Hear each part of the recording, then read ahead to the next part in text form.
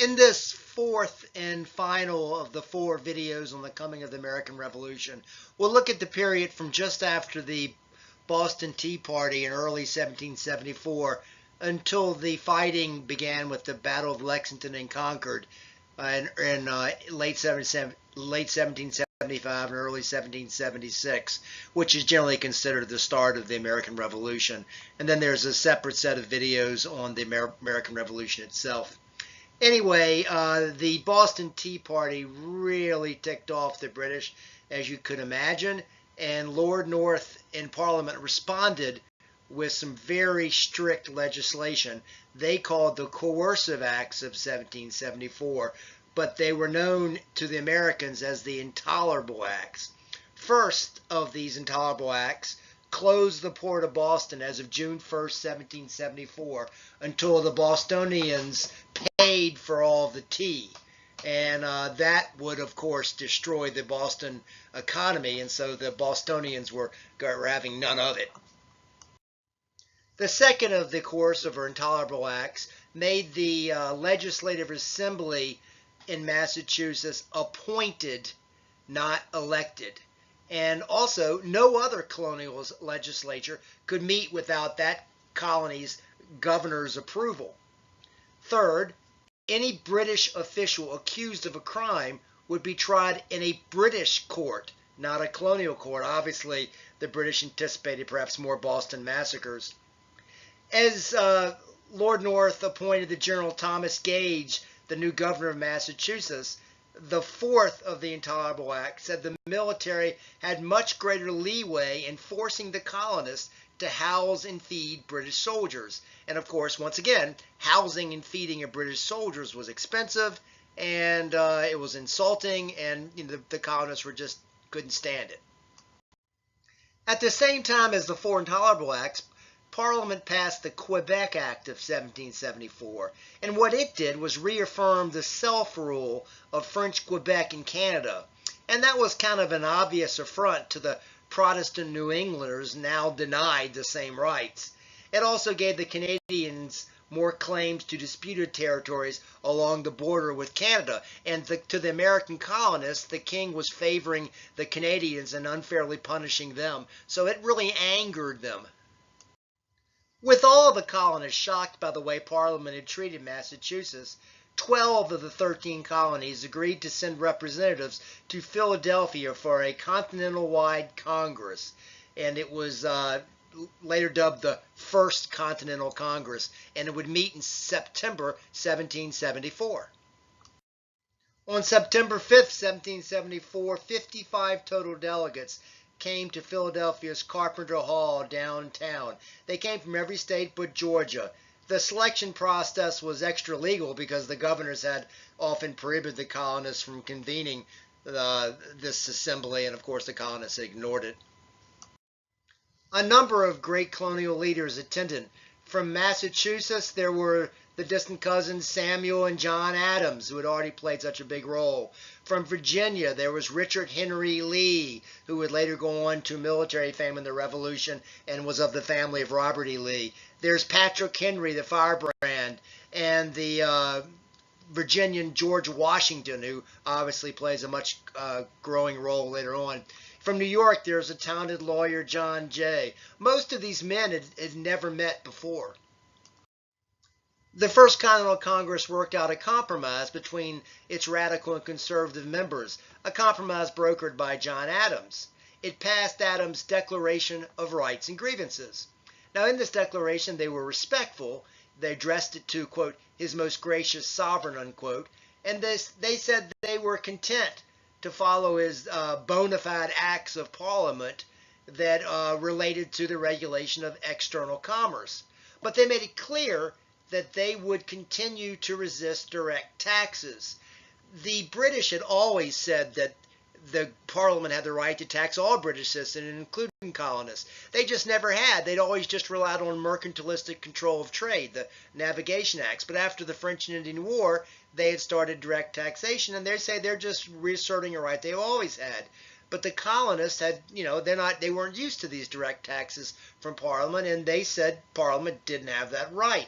And so if Parliament didn't lighten up, didn't back away, the First Continental Congress in the Declaration of Rights and Grievances declared that they would continue to advance and boycott English goods.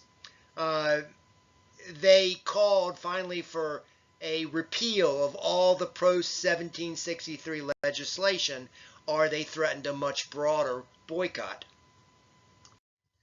As the First Continental Congress created this Declaration of Rights and Grievances, this petition, they also created a Continental Association.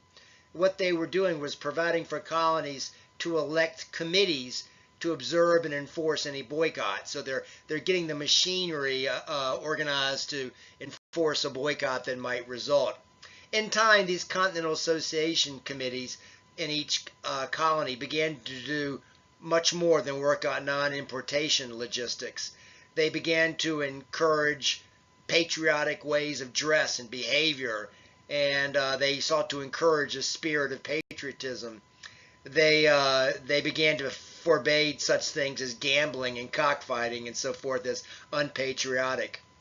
In a way, therefore, the First Continental Congress began to work as a continuing form of government, a national government, through these committees that they had authorized. And as the Congress waited for the English reply to the Declaration of Rights and Grievances, Congress voted to meet again the following spring. Now, as this period went on and the First Continental Congress met, the colonial legislatures, which were, of course, now in control of the British, they continued to collapse. They encountered not only the problems of dealing with the British, but patriotic resistance to these colonial legislators. Many of them were in chaos, and many colonial governors were simply caught in the middle between this fighting between their constituents and the people that appointed them, the British. So as 1775 approached, Americans everywhere debated what to do, and there was much disagreement. In the spring of 1775 in Boston, the British General Thomas Gage, he was then acting as the acting governor of Massachusetts, I should say, was egged on by officials in London to capture supplies, munitions, and some American rebels that were reportedly stockpiling these weapons in Concord, which was about 18 miles away. And Gage decided to send a military force to recover the supplies and weapons and to capture the rebel leaders there.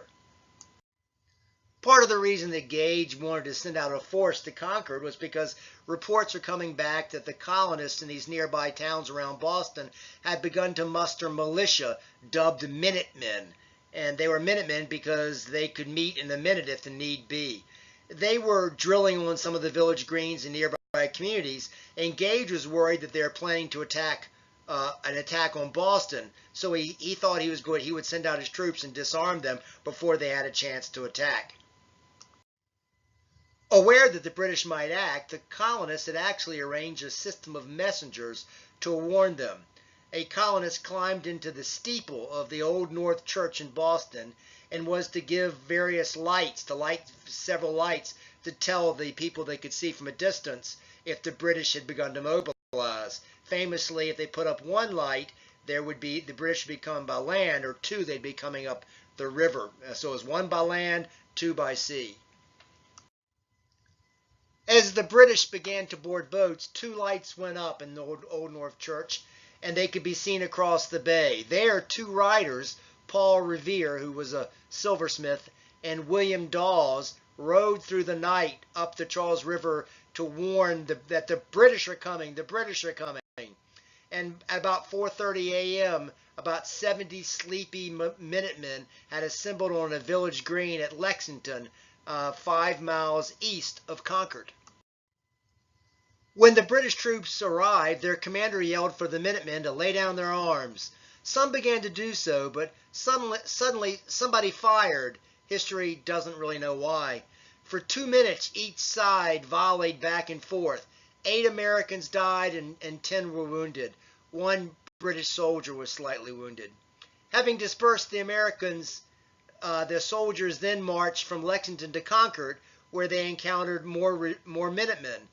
The Minutemen, however, there in Concord did not fire, and the British were, essentially able to search in vain for any ammunition or gunpowder.